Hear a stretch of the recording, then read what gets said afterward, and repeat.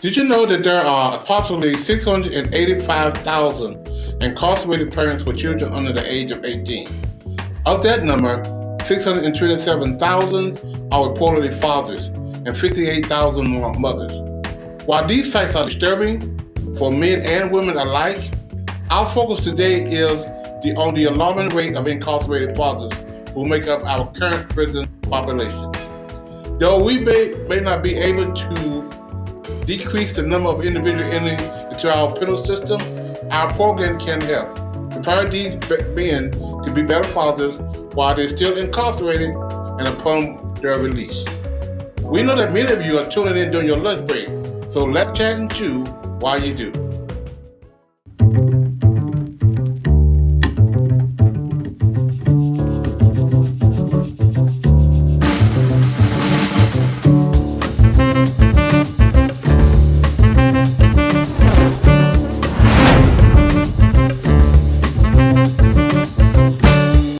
Good afternoon, everyone. My name is Dr. Glenn Warren, the founder of Fathers Forever. As I mentioned during my intro, America is facing a real problem. Jails and prisons have become overrun with fathers. The absence from their lives of their children have resulted in a generation of men and women who have grown up in single family homes, many without the guidance of a positive male role model. Unfortunately, a brush with the law may result in consequences that carry prison sentences. While these is not something that anyone should aspire to, it does not have to be the end of your story. We at Fathers Forever have developed a solution to assist returning citizens to get reacclimated to society, oftentimes while they're still incarcerated.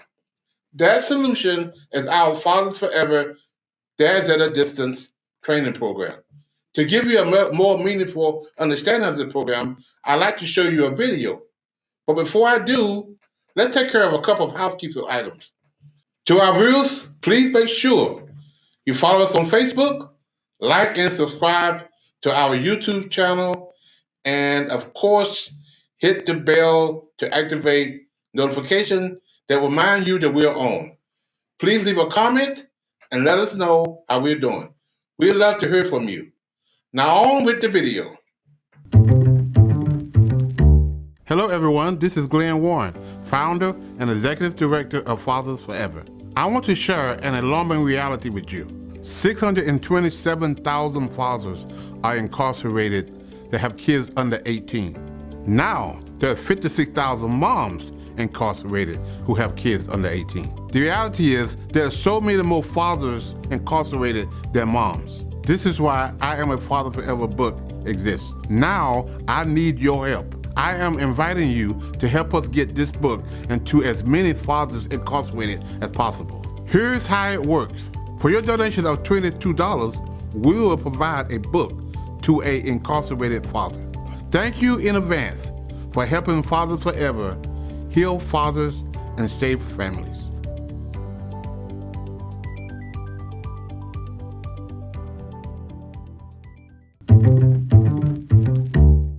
So that video brings out a alarming factor that 685,000, both men and women, incarcerated have kids under 18. That 627,000 of that number belong to fathers. That's an alarming reality that we as society has to face. There's so many more fathers incarcerated than moms. And there's a lot of reasons why that is. And we won't get into those reasons, but the fact that there is so much more fathers incarcerated and moms is the fact that now what can we do to help create and help solve this problem? What we have created with our Dads at a Distance program is really there to help prepare fathers while they're incarcerated to be dads while they're incarcerated and also when they leave. Our book, we're going to get into that in a little more detail, is our 12-week curriculum that is designed to help these fathers while they're incarcerated. And we've had a couple of contacts with some other prison ministries. CLI is one of the ones that we work along with. They are an organization that's been around for over 25 years. and they've been given materials, Christian materials, books and Bibles, and other things to inmates for over 25 years. They have chosen our book to distribute it to the inmates. We have now over access to over 1,500 facilities, prison facilities throughout the United States that we can get books to. And so CLI is gracious enough to have our book distributed. A little short testimony that I got a phone call from a prison in Texas about a month ago, when CLI sent some Christian material to their prison facility. He opened up the book, and he opened up the box with other books in it, and our book was in it as well. He called me right away and asked us how could he get these books into his hands. He's a chaplain himself. They have access to over 200 other facilities under his guidance. And so we have access to a lot of inmates through him alone. We also got a call from Mexico. He wanted 20 books donated. So our books are getting into the hands of inmates. And I tell them, that now they have plenty of time on their hand. They have time to really, our book is designed, and I'll show you the book in a little detail. Our book is designed for his 12 chapters, and we have classes from statistics. We take each one of we got 12 statistics that we deal with, and we take those statistics one by one, and we go into like 70% of 70% of kids who drop out of high school come from fatherless home. So we take that statistic, and we have 10 of them, and we talk about those statistics in this class. We also have a class on legacy. What is a legacy? What are your kids gonna say about you when you passed on? Are they gonna say my daddy gave me the tools to be successful in life? Are they gonna say my daddy was a Rolling Stone? We also talk about budgeting. Where your child support money is going. And for the fathers that are absent, incarcerated, we go over the budget because one day they're going to eventually get out, and we talk to them about the importance that child support is much more than just money, but it is a part of money. We have a class on anger management. That's so important because a lot of guys struggle with a whole lot of anger and frustration. So we teach this class on forgiveness. We also talk about oneness. Coming in tune with yourself and finding out who you are as a person. It's the old saying, you can't give what you don't have. So we help them to help them to understand who they really are. A lot of guys struggle with substance abuse. However, I can't say it's not a problem inside the prison because a lot of guys come to our program, they come tested positive for drugs, alcohol, or whatever. So that's a problem as well. So substance abuse could be an issue. We talk about domestic violence, and we talk about the purpose of fatherhood. Also, one of the things we talk about, and we have two classes to this, and I think it's very important. We talk about destiny and purpose. That the same gift is inside of you, it's probably inside of your child. And so we try to help them to identify what that gift is and help call that out to their kids. There's a lot of things that they can do while they're incarcerated, while they locked up, if you will. And studying this book, it can help them be better fathers while they're there. When I wrote my first book, somebody was to buy the book. They buy the book, I sign the book, and I give it to them. But a reverse book signing is they donate the book, they sign the book. And when I say sign, I'm not talking about with just a signature. I'm talking about a nice little note that they put in there. It's a nice note. It's a note of encouraging. And so they write a note in there, and we give that to the inmates. So that reverse book signing allowed us to get books into the hands of inmates. And over the past year, we've given up 2,038 books to inmates by reverse book signings. We have churches who host reverse book signings, also businesses. If you have a business, you have a church, and you want to do a reverse book signing, well, we will love to come to your church or your businesses. So we are endeavoring to get these books into the hands of inmates all across the United States. Again, we have access to over 1,500 facilities. So that's why we need your assistance. We need your help. You take the book, we give you the book right in front of us. You write a nice note inside the book. We take the book and then take it to CLI, who distribute it across the United States. So that's what we've been doing, and we really need assistance in doing this and getting this book. It's really our curriculum. It's our 12-week curriculum, which got homework assignments after every chapter. It's got things that they can do, activities after every chapter, and we're really trying to get this book into the hands of inmates. And that's what we need your assistance at. Teaching these guys how to be fathers while they're incarcerated. And also, one day when they are released and return back home, now they have a head start on what it is. Because there's a lot of things they could do while they're incarcerated. And our book gives them some ideas of things that they could do while they're incarcerated. Some of you may question why we go into prisons and to jail to educate inmates. Well, I believe Clinton Lee Scott said it best when he said, "The freedom of the mind is the beginning of all other freedoms." Though these guys may be incarcerated, their minds are not incarcerated. And so we want to help free their mind of how to be good fathers, continue to be fathers while they're incarcerated. Let's watch another video to illustrate how valuable our partnership with churches has been over the years. Well, I grew up in a household with my dad, and he took care of us all of his life. I'm a retired social worker for Wake County Human Services, and now a lot of my clients that came to me didn't come to us with their dad. These guys are grown now, they're women as well, and they suffer from substance abuse and anger and bitterness and resentment, all those things. So it was a God idea that I decided that I want to do something to give back.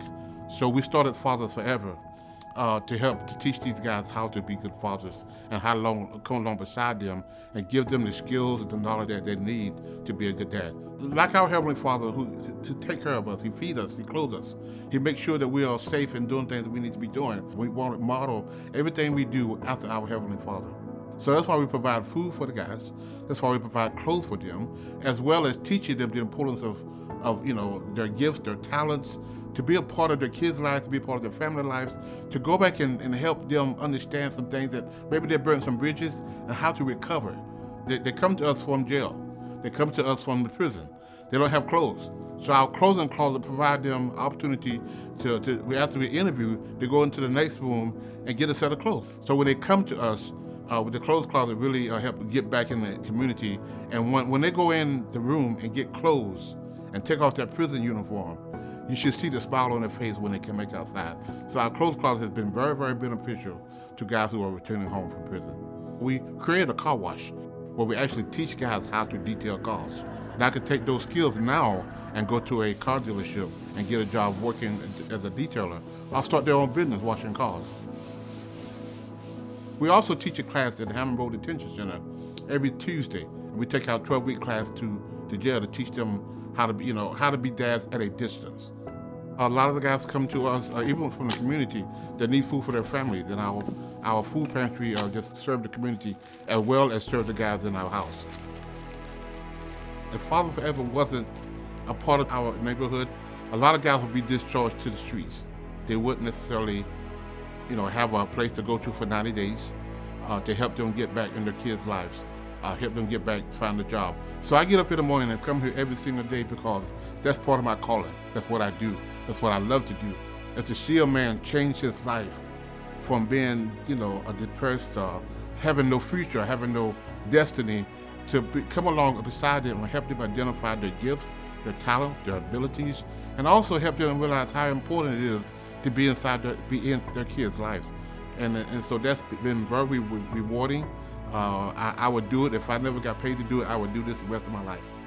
I just want to say to the family of New Hope Church, Father Forever is all about healing fathers, shaping families. And because of your help, because of your assistance, we're able to do that more effectively. Thank you so much.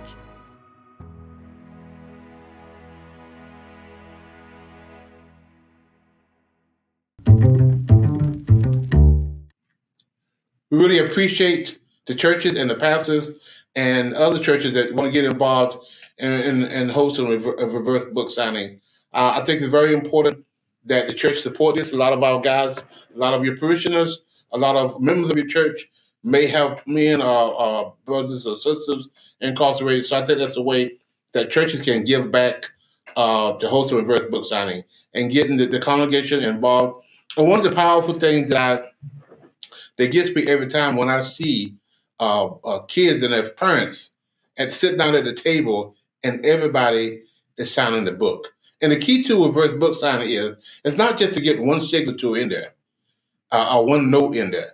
It's to pass it around and get as many notes as possible. Now, to add to that, when I thought, some things are some things are good ideas, some things are God ideas, and I think this was a God idea. I'm not that smart to come up with reverse book signing. I don't take, So I think when a person sit down, when an inmate sit down and open up that book, not only do somebody donated that book to them about being a good father, but somebody put notes in there. And one particular church, each one of the books had 4 or 5 different notes in there. So imagine what happens when an inmate get a book, open it up, and he got 4 or 5 notes in there encouraging him to be a good father. And teaching him to, exhorting him to be a good father. And a note could be a scripture, it could be a quote, it could be a saying, but it's very powerful. And I remember, coming up and we had a yearbook, and we signed the yearbook. I don't know if kids still do that these days and time now, but we used to sign a yearbook. And a few years ago, after I wrote the book, I happened to be going into my closet to look for something. I'm not sure what I was looking for, and I opened up in the bottom of the box. I pulled up my yearbook, and I sit down for about 30 minutes, and I was reading what people wrote to me and wishing me happiness 45 years ago. That really touched me.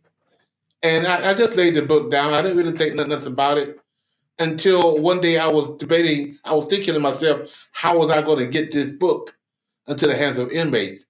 And I guess in my subconscious mind, that thought came back up. And I know how good it made me feel. So I was like, wow, this might make inmates feel good as well. So that's how the reverse book signing was birthed. So we as a community, we as a family, we as a church, we as a neighborhood, we as businesses could take on that and help us get these books into the hands of these incarcerated fathers. I think it'll be wonderful for the men. I think it'll be good for those of us who are donating and everybody. And I think and I know for sure it's going to be good for the kids.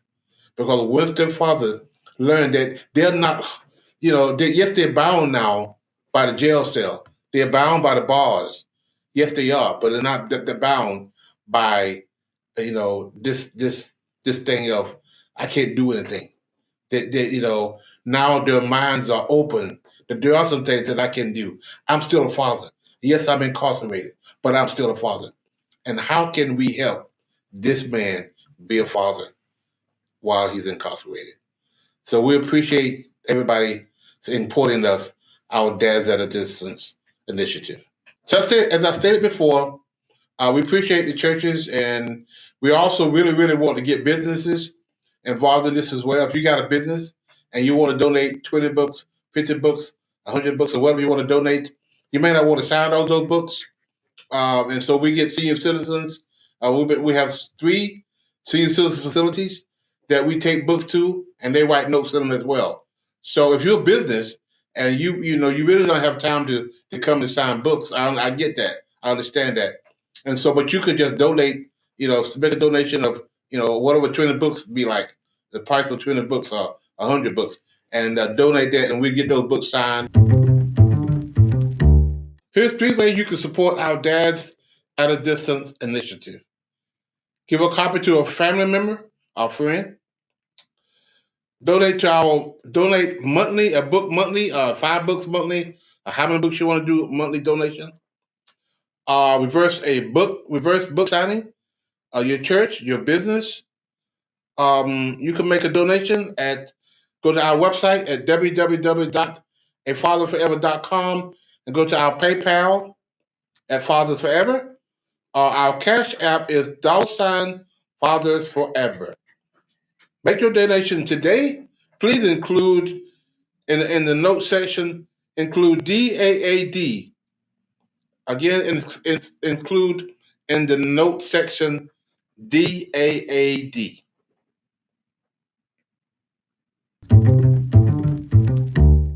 Everyone make mistakes, but why do people call bad choices mistakes? It's because sometimes we don't want to take responsibility for our choices. Because after all, everybody make mistakes. So it's one of the things that we try to teach the guys in our curriculum. We try to teach the guys when a lot of guys say, I made a lot of mistakes. And I said, tell me what your mistakes are. And they said, I got a DUI, or I got in trouble because I broke into somebody's house. And I tell them that's not a mistake. That's a choice. It's a bad choice as well. Well, we surely appreciate you all for spending your lunch hour with us. We know you could have been anywhere else, doing anything else, but you chose to dine with us instead. If you didn't find your lunch fulfilling, hopefully this knowledge from this video and this broadcast will be mindful.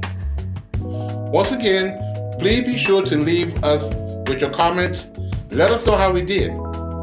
If there are any topics you would like to discuss, please let us know.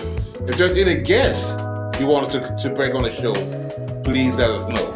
If you would like to be a part of the show, please let us know. Please visit our website at www.afathersforever.com. Or call us at area code 919-779-9905. Chat and Chew broadcast streams Thursday at 12 p.m. on YouTube and Facebook. Until next time, this is Dr. Glenn Warren. Take care and have a good day.